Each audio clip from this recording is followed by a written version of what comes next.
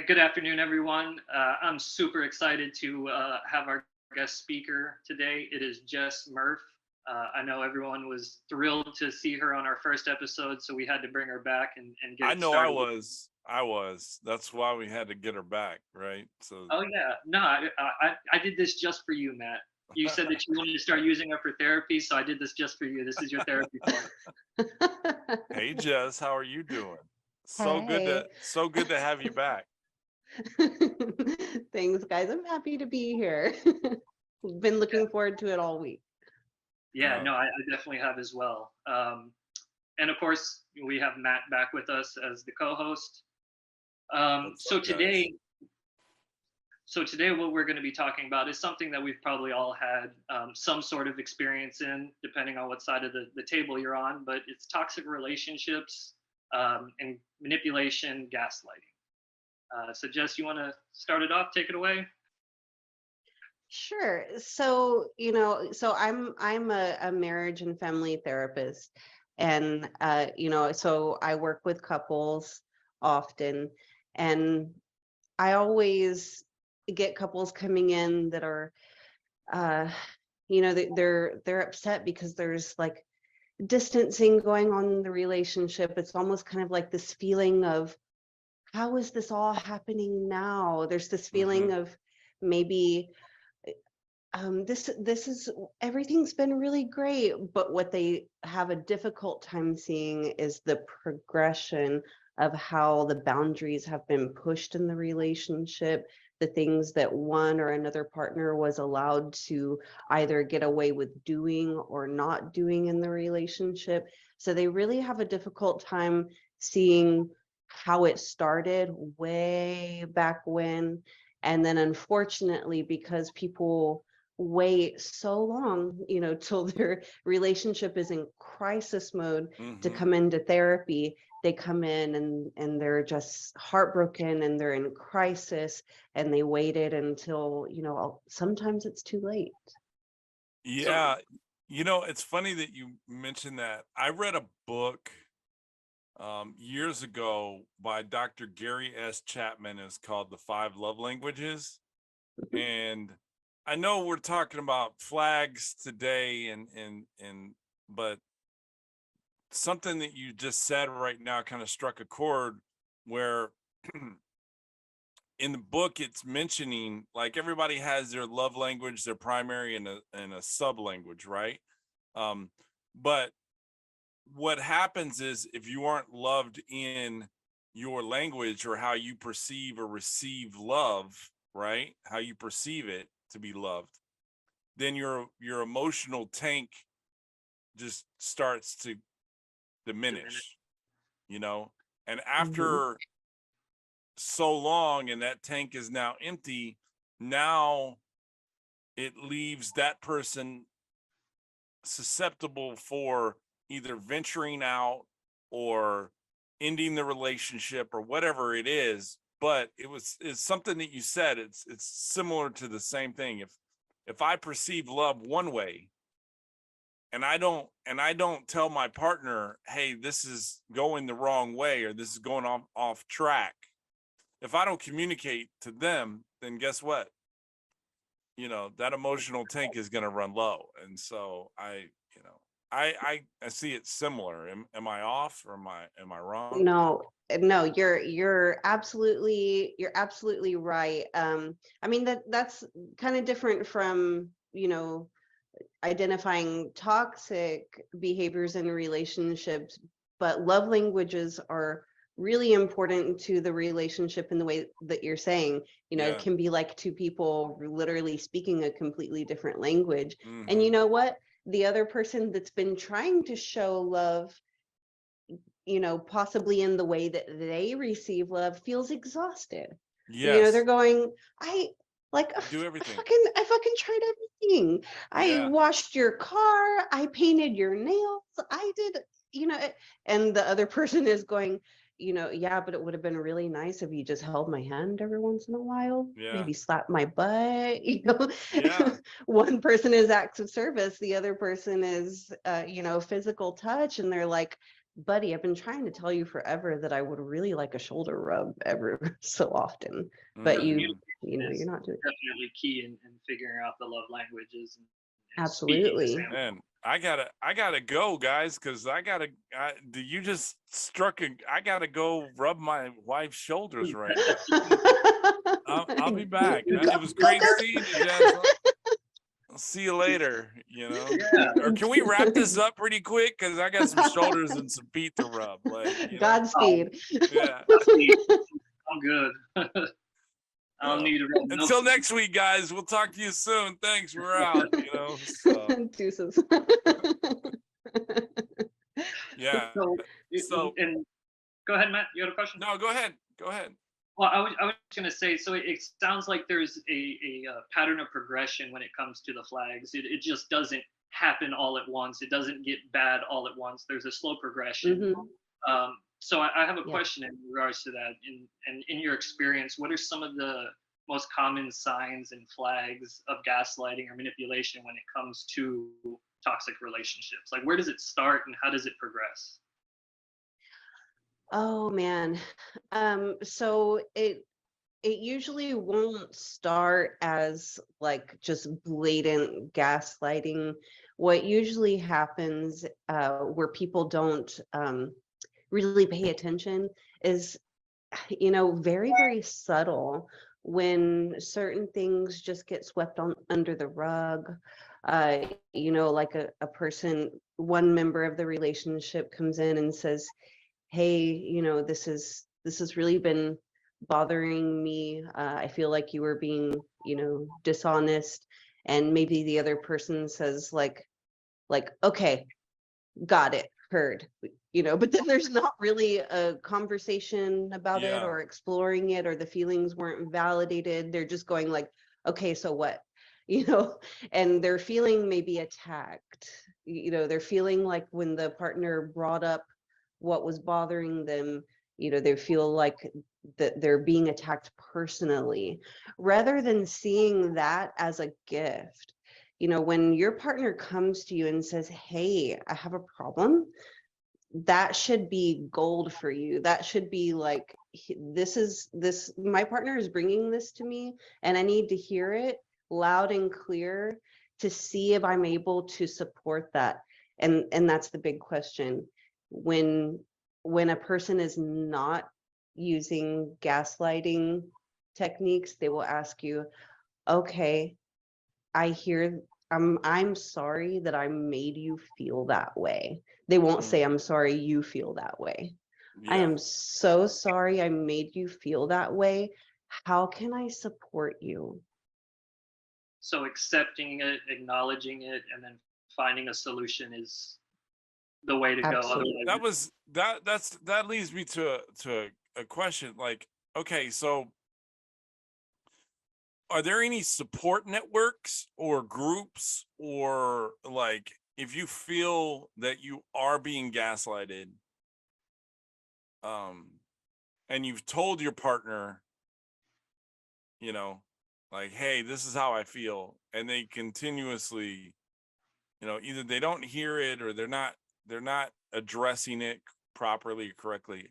Are there any groups or networks or you know exercises that you kind of recommend, or to kind of help them, kind of guide them to say, hey, well, I'm not crazy, I am in this toxic relationship, like what do I need to do to stay sane, pretty much?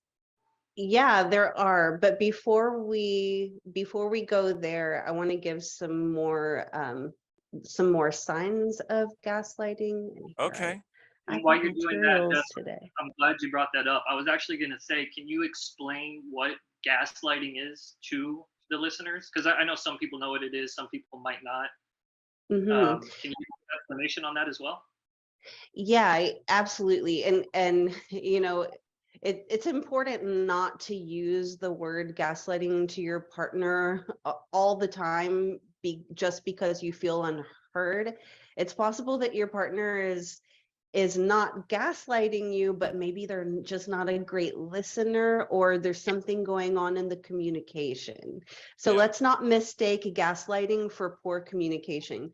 Gaslighting is a lot more serious. It's a lot more, the big T word. We love using the word toxic. It's different. So basically what gaslighting does is causes another person to doubt their own beliefs. If you feel like you're constantly asking yourself, am I crazy?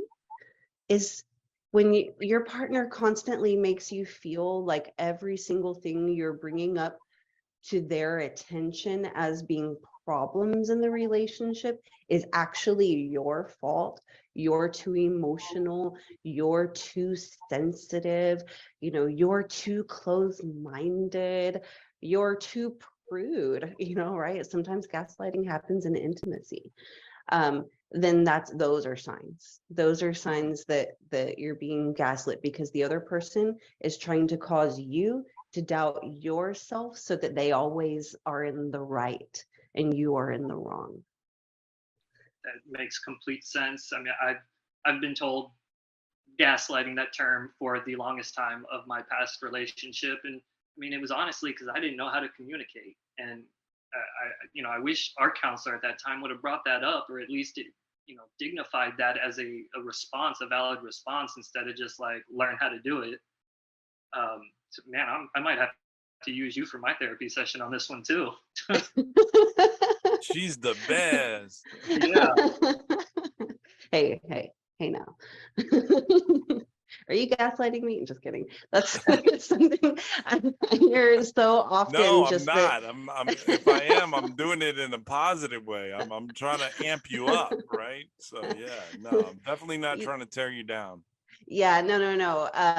I joke, I jest, because TikTok and social media and everyone uses the N word, narcissist, and they use the G word, gaslighting, and the T word, toxic. Like, it's become so trendy that I think even people who are the ones doing the toxic behavior use and weaponize those terms, as a form of manipulation, and that's scary. Yeah, let me ask you this, and something Sure. I was listening to what you were saying, and do you think social media plays a role in self-doubt and like attributes to like fueling the gaslighting? And let me pose this right before you answer that question. On social media, you see everybody seems to be happy. They're in love, they're in this, they're in that, they're successful, they're driving Bentleys, whatever the case is, whatever your algorithm says, I don't know. But you only seem to get the positivity or the glamour of people's lives, right? Now, if someone is in a toxic relationship and feels like they're being gaslit, and they're on social media where they see everything is happy in everybody else's life, and so now they're starting to really question their experience on this earth or their relationship. Do you think social media kind of adds fuel to the fire? I guess that's my question. Kind of like gaslighting themselves. Yeah, yes and no. So I believe that our brains search for clues to prove that things are true. And so if a person is unconsciously creating their algorithms around healthy relationships, around hashtag goals, hashtag relationships, and they're consuming that type of social media, they might be trying to figure out a problem. That kind of goes deep into more neuroscience, right? But our brains will try to figure out, you search for clues that things are right or things are wrong. And this can happen when you say gaslight yourself. So if someone believes that they are not a worthwhile person, or that they are too much, or whatever is the unconscious belief that they have about themselves, they may perceive all of these healthy relationships and connections in a way that proves to them again and again that they're not worthwhile and they're not enough, right? Yeah. So it's just that constant reinforcement. So yes, yes and no. It's the social media, but it's also the person who's consuming it And how for and how reasons they're that they may not know. and how they're putting those puzzle pieces in their head Yeah, and fitting it into what they need, what they're consuming and what they need and how they interpret it. Yeah, yeah, it's a lot of sense. exactly, Yeah. exactly. Well, thanks for joining us this week, guys. That's a gem from Jess. Like, boom, mic drop. Like, there goes the mic. Boom. You already got your wife coffee this morning. You did your good deed. You can Yeah. wait till we're done. Score, can I take the rest of the day off? You can take the rest of the day off. That's gaslighting right there. Yeah, go ahead. Go ahead. That's exactly. Do it. Go ahead. I dare you. You know. So. All right, so I have actually some different genres of Okay. gaslighting here that Please I share. got from a source that I don't know that I'm allowed to say their name. So I'll Okay. give you the source later, and then we can find out if we can share, because they're a Yeah. wonderful resource for therapists. It's Okay. a place where you can get worksheets and audio, and you pay a membership, and they're really great. I should have reached out and said, can we plug you? But anyway, all right. So this is one of their worksheets on gaslighting, and they have it like really beautiful descriptions of different genres. So one of them is denial. So when a gaslighter tells the victim of an event that or the victim of the event or the conversation didn't happen in the way that they remembered it, they'll say things like, I never said that, or that's not how it happened at all, or I never remember saying that. I think you're wrong, you're remembering it incorrectly. You're getting older, your memory doesn't work the way it used to. Right? So that's the denial genre. That was a Another great thing to say to a woman. I can tell you that much. You're getting old. I'm to guilty. anyone. Yeah, I'm guilty. Jeez, now you're Or making me feel bad. Yeah. or the other way around, oh, you're just too young, you haven't had enough experience. That's not you're perceiving it in the wrong way. Oh, honey. Oh, and kind of like patronizing, right? Yeah. That would light me up. Don't you ever. Another one is distraction. So the gaslighter interrupts the victim and tries to change the subject. Would be something like, hey, let's talk about your birthday, or yeah, we can talk about that, but I'm really hungry. Can we go get something to eat? Or, that's not really important right now. What we should be talking about is your son is not making good grades, right? So they just completely distract and deflect and try to get away from the whole conversation to avoid conflict. I've probably done that one once or twice in my past. Avoidance is a real thing. And ignoring or avoidance, turning the volume up on the TV, refusing to engage in the conversation. So these are all ways to evade accountability. Turn the volume up on the TV. Hold on, I have 3 more levels to finish on this game in my phone. Leaving the house and not coming back for hours or days. Just Now, completely avoiding. okay, so let me ask you this. You say that's avoidance, and I'm not disputing that, right? Obviously that is a form of avoidance, right? But what is the difference between, okay, I'm in the midst of gaslighting my partner and I'm just going to leave and avoid it, and I'm going to go and hang out at the beach or wherever for a couple hours and not come back, right?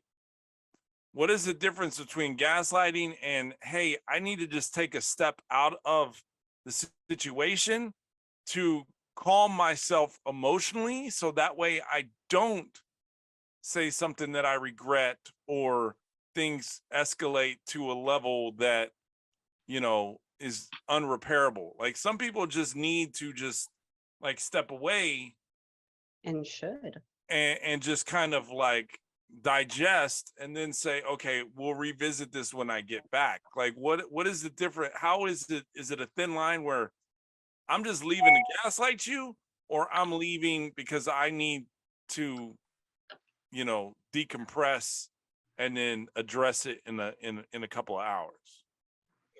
Yeah, thank you for asking. So yeah, not a thin line, very different. So in a gaslighting situation, the person is, so like the other partner is bringing up all, you did this and this and this, and the person possibly becomes angry, frustrated, Mm-hmm. shuts down, refuses to talk, and says, I'm not going to deal with this. I can't deal with you, and just takes off. Okay. So doesn't communicate to the partner. It possibly reacts in anger in order to evade the situation and just Mm-hmm. leaves. Okay. Now, on the other hand, negotiated timeouts are super healthy in a relationship, but there's a way to do that. If you need time to cool down, you need to say that. Yeah. You need to say, hey, I'm feeling like I'm about to say something stupid. I'm feeling like I'm not listening to you. I can't hear you because I'm already at I'm past Yeah. my level. Um, can we just take a break? Can we check back in 30 minutes just to give me some time to cool down? Just communicate with the partner that you need that break, right? Like, babe, I Exactly. need to take that media timeout. Like, let's time out, Mhm. halftime. We'll revisit this in the third quarter. Like, Commercial. just give me, something like that. Just what you're suggesting is just communicate to the partner that you do need this little, what it was the term that you used that was really cool, like a Negotiated timeouts. negotiated timeout. Like I need a negotiated timeout. Like, Yeah, yeah. I need, and you can use code words for that, spicy pickles, whatever it is, or you can Calamari. calamari. Oh shit. Okay, I didn't Oh realize. yeah, Oh, calamari. Okay. all right. Yeah. Done. Break. Yeah. So have you seen that Exactly. work in a relationship where they could be just like in the middle of an argument and be like, hey, the safe word's calamari. So calamari, and then it just stops and they go to their break? Because I feel like that is like on a movie or scripted. Like I feel like that would work. Yeah, I feel the same way. I don't think my wife would take me serious, Yeah. especially, I'm just speaking and I'm not trying to put my wife's business out there, but I've just, I just don't think she would take me serious in the heat of an argument. And Yeah. all of a sudden I say, calamari, and Yeah. she's like, yeah, fuck out of here. Like, we're going to finish this right now. Like, so. Yeah, it depends. It depends. I think in order to have humor, even when you're having an argument, probably requires an advanced set of skills in the relationship already. So that may Yeah. not be something that works right away. Yeah. But definitely just asking for the timeout. And the way that negotiated timeouts continue to work in the relationship is by the other person always coming back. Mhm. Even if when they come back and the other partner says, hey, you said 30 minutes, it's been 30 minutes, are you ready? They need to ask, Mhm. are you ready? Can we continue this?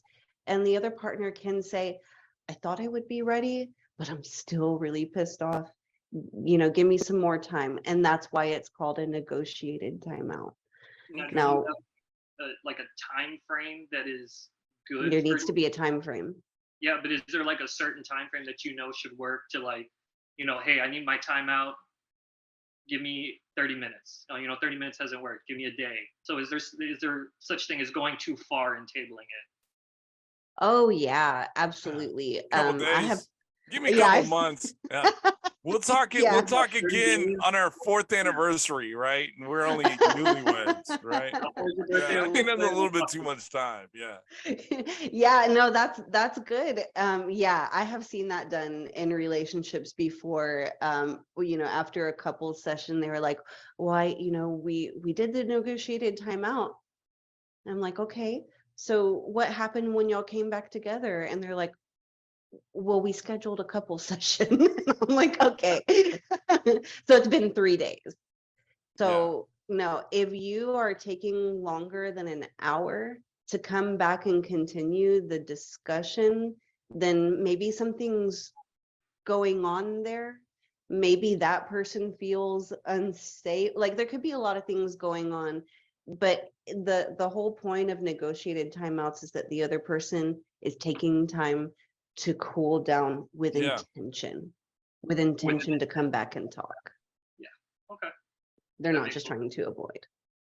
So let's get, I think we kind of got a little bit, I mean, this is great, but let's kind of revisit those, the flags, right? If you're in this Yeah. toxic relationship and you're being gaslit, right? Like obviously everybody's heard of red flags, right? Like, oh, that's a flag. Like, I'm not going to date him or whatever, right?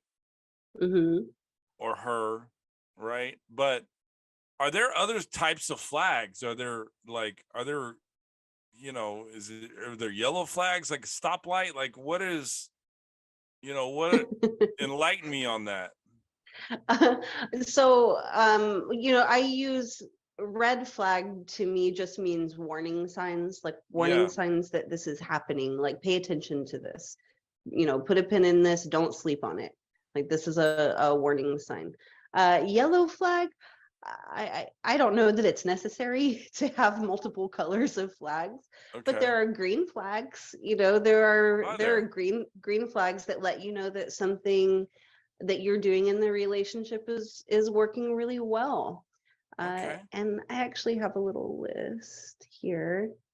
Relationship green flags look like being able to show appreciation. So you respect and value your partner, and you express gratitude. Now, So coming to them and expressing that. Yes. now let me just and I want you to continue on that list, but let's just be clear. I mean, we are talking in a context of a relationship, like a partner, a man and a woman, or man and man, whatever it is, right? It's all good. But this isn't solely for just relationships, like Mm-hmm. love interest relationships. This can be, what is the word I'm looking Friendships. for? It can cross over into working relationships, right? Like you can be Mm-hmm. gaslit by a coworker or by a boss, or, it's not just, we're speaking in terms of, man, like a physical, like Romantic. romantic Romantic. relationship. Yeah. There you go. But this can cross over into the business, the business realm, correct? Absolutely. Or even platonic friends. Or platonic. Yep. Yeah. Wow. Oh, even little kids. I've seen children gaslight each other and do really hurtful things. Yeah. If you're friends with them, I'm not going to be friends with you. I'm like, holy crap, you're in second grade. Yeah. Draw the line in the sand type shit, huh? Like you can't be friends with Mary, like yeah. Yeah, I Yeah. get it. And it's just as hurtful. It It's is. just as hurtful to the little kids as it is to I'm grown-ups. sure it is. Yeah. I'm sure it is. And in the workplace, it can happen a lot too. There's systemic sexism in the workplace still. There's, people who, a lot of times will have these manipulative behaviors in relationships will carry that, into the workplace. Or let's say someone is, head of a business and they have a bunch of employees, when they go home, they may not be used to having to, step down from that place Yeah. of power and control. And maybe that's, a lot of this comes from feeling a need to control. And so they bring that home. So when we decided to do this topic, I did a little research and read a couple articles, and I don't think this is good advice, but I want to bring it up. So the article is 15 ways to turn the tables on a gaslighter in your life, and it's like put a stop to their brainwashing, expose their toxic behavior. But those sound like good ones. Set boundaries, but it says to continue to engage in the conversation whether they want to leave or not. I feel like that's completely controversial to what we just went over. Oh, So it's not letting them take a table timeout. It's like, no, we're going to do this now. Not a credible website. You just put Jess on the spot. You should have shared that No. article off camera. Like, no, you it's just okay. threw her for a loop. It's not credible. No. I can tell you that. No, my immediate thought was like, that could be putting someone in danger. Like if they're dealing with someone who does suffer from like, and I'm touching this is where I put my hand on my chest when I'm feeling like, that's unsafe, right? So if they're dealing with someone who does have, maybe narcissistic traits, and you kind of like don't let them evade that could be really harmful. I'm just like that sounds takes like the toxic, and I would assume that takes the toxicity level to another degree. Like if you are just like nag, like I want to solve this problem, you're gonna stay here until we solve it, whatever, and they're not, they're the one gaslighting you, and they're telling, no, this isn't, like, it could just take it to another extreme, correct? you could have two people gaslighting each other. Yeah. Oh my God, that's a lot of gas. That's a lot of fire. That's an explosion. Yeah. The number one way is setting boundaries, whether that be a negotiated timeout or, hey, you go to this room, I'll go to this room, and we'll, figure it out sooner or later. I think that setting boundaries seems like it's the best way to, and correct me if I'm wrong, but I feel like all the articles I've read that setting boundaries seems to be the best way. And from what you've said as well. Absolutely. Setting boundaries and not letting those boundaries move as long as it's in a healthy way.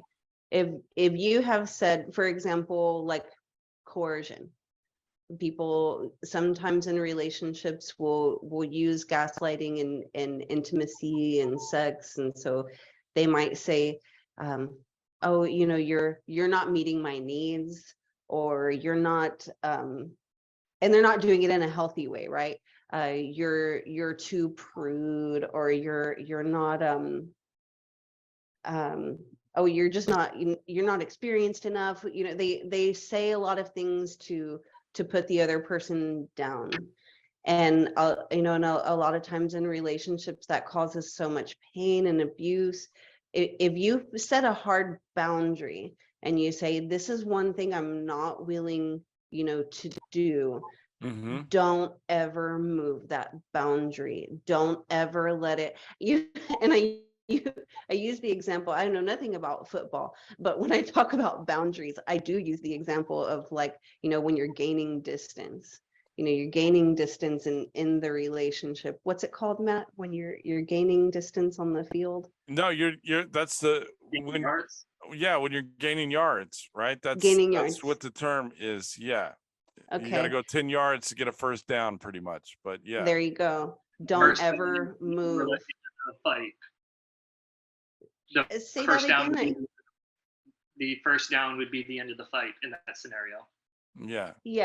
Yeah, something like that. Like, don't ever give up any distance in the fight, because what happens is if that person keeps pushing your boundaries and they get you to give an inch, it's never going to stop there. Yeah, They're going to gonna find take a yard. ways. Yep. Mm-hmm. Yep. And so set that boundary, don't move from it. Yep. Another way is to ask for clarity, right? So being able to hear what the person is saying and saying something like, okay, so correct me if I'm wrong, but what I'm hearing you say is, when I, gosh, I'm trying to think of like an example. You said that when you didn't show up on time, you told me you were going to be there at 6, but you got there at 8. And when you got there at 8, you were drunk or you smelled like beer. Yeah. You're saying that's my fault because I made you uncomfortable. So what you're telling me is that the reason why you showed up late and you had been drinking, that's my fault because I made you feel uncomfortable. So that caused you to lie to me, to show up late, and to drink. I just want to check in and see if that's what you're saying, right? Yeah. So you're holding that person accountable. If that is the, what's it called? If that's the ledge that they want to stand on, if that's, check for clarity and see if that's the hill that they want to be on. And if that's true, if they're going to stick to that story, Then let them go down with it. Yeah. Exactly. Wow. schedule a session with a therapist. Yeah. Go see Jess. Go see Jessica Murphy. Let's do it. Yeah. So I have one last question, and it kind of goes back to what you were saying. And you're trying to explain something to someone. You use I statements instead of you statements, like, when this happened, I felt this way, not you made me feel this way. And can you kind of just explain like why that is the best way to go, the best route? Oh yeah. So when That's a you great question. when you use I statements, you're not trying to impose blame. You're just trying to speak on how something made you feel. So, hey, when you when I tried to talk to you about washing the dishes, and you got really angry and went to the room instead of talking to me about it, it made me feel really hurt. It made me feel really small. This is how it made me feel, XYZ. Instead of saying, you asshole, you should have stayed there and listened to me. You should have done, like, you can almost see the finger being pointed, and that causes people to be defensive. Instead, talk about how it made you feel. This is how I felt when you did this. You made me feel this way, because that's, that could be argued that that's not possible. A person can't make you feel this way, right? But I felt this way when you did this. When you did this. This was the reaction. This was the effect. This was my experience. When the event happened or the experience happened. This was my experience. Yeah. And if someone tries to tell you that your feelings are wrong or that your experience is or they dismiss it, that's gaslighting. So you shouldn't feel that way. Well, since we're on this scenario, I have a question. What would be a good response to when I told you to do dishes, you ran to the room, it made me feel belittled? What would be a good response to not start an argument, but to acknowledge, accept, and find a solution? Oh, good. Okay. So from the avoidant person, good. So this is how you do it the right way. You say, I'm really sorry I made you feel that way. I was feeling really stressed in that moment and I wasn't able to hear you.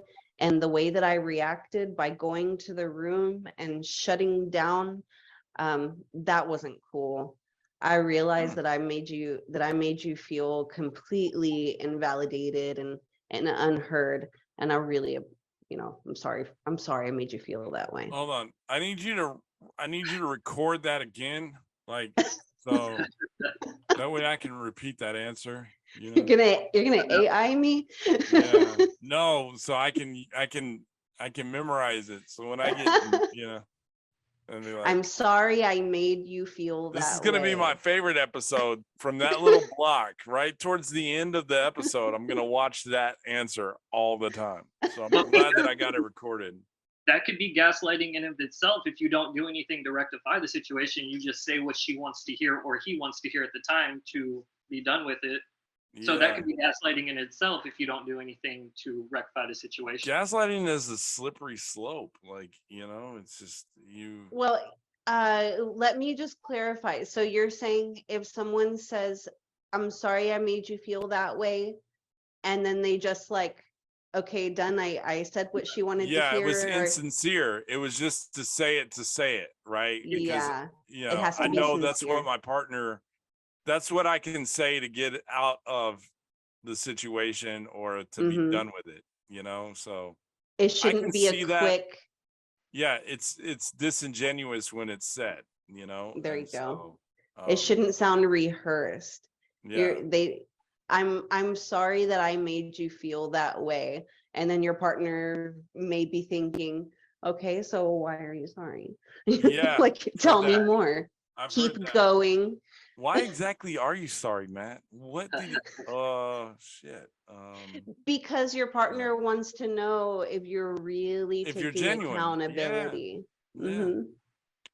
Well, And people get defensive.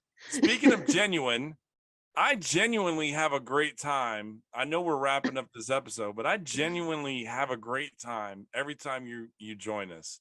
So thank you so much, Jess, for blessing our little show with your like fabulous presence. So thank you. I just want to give you your flowers now.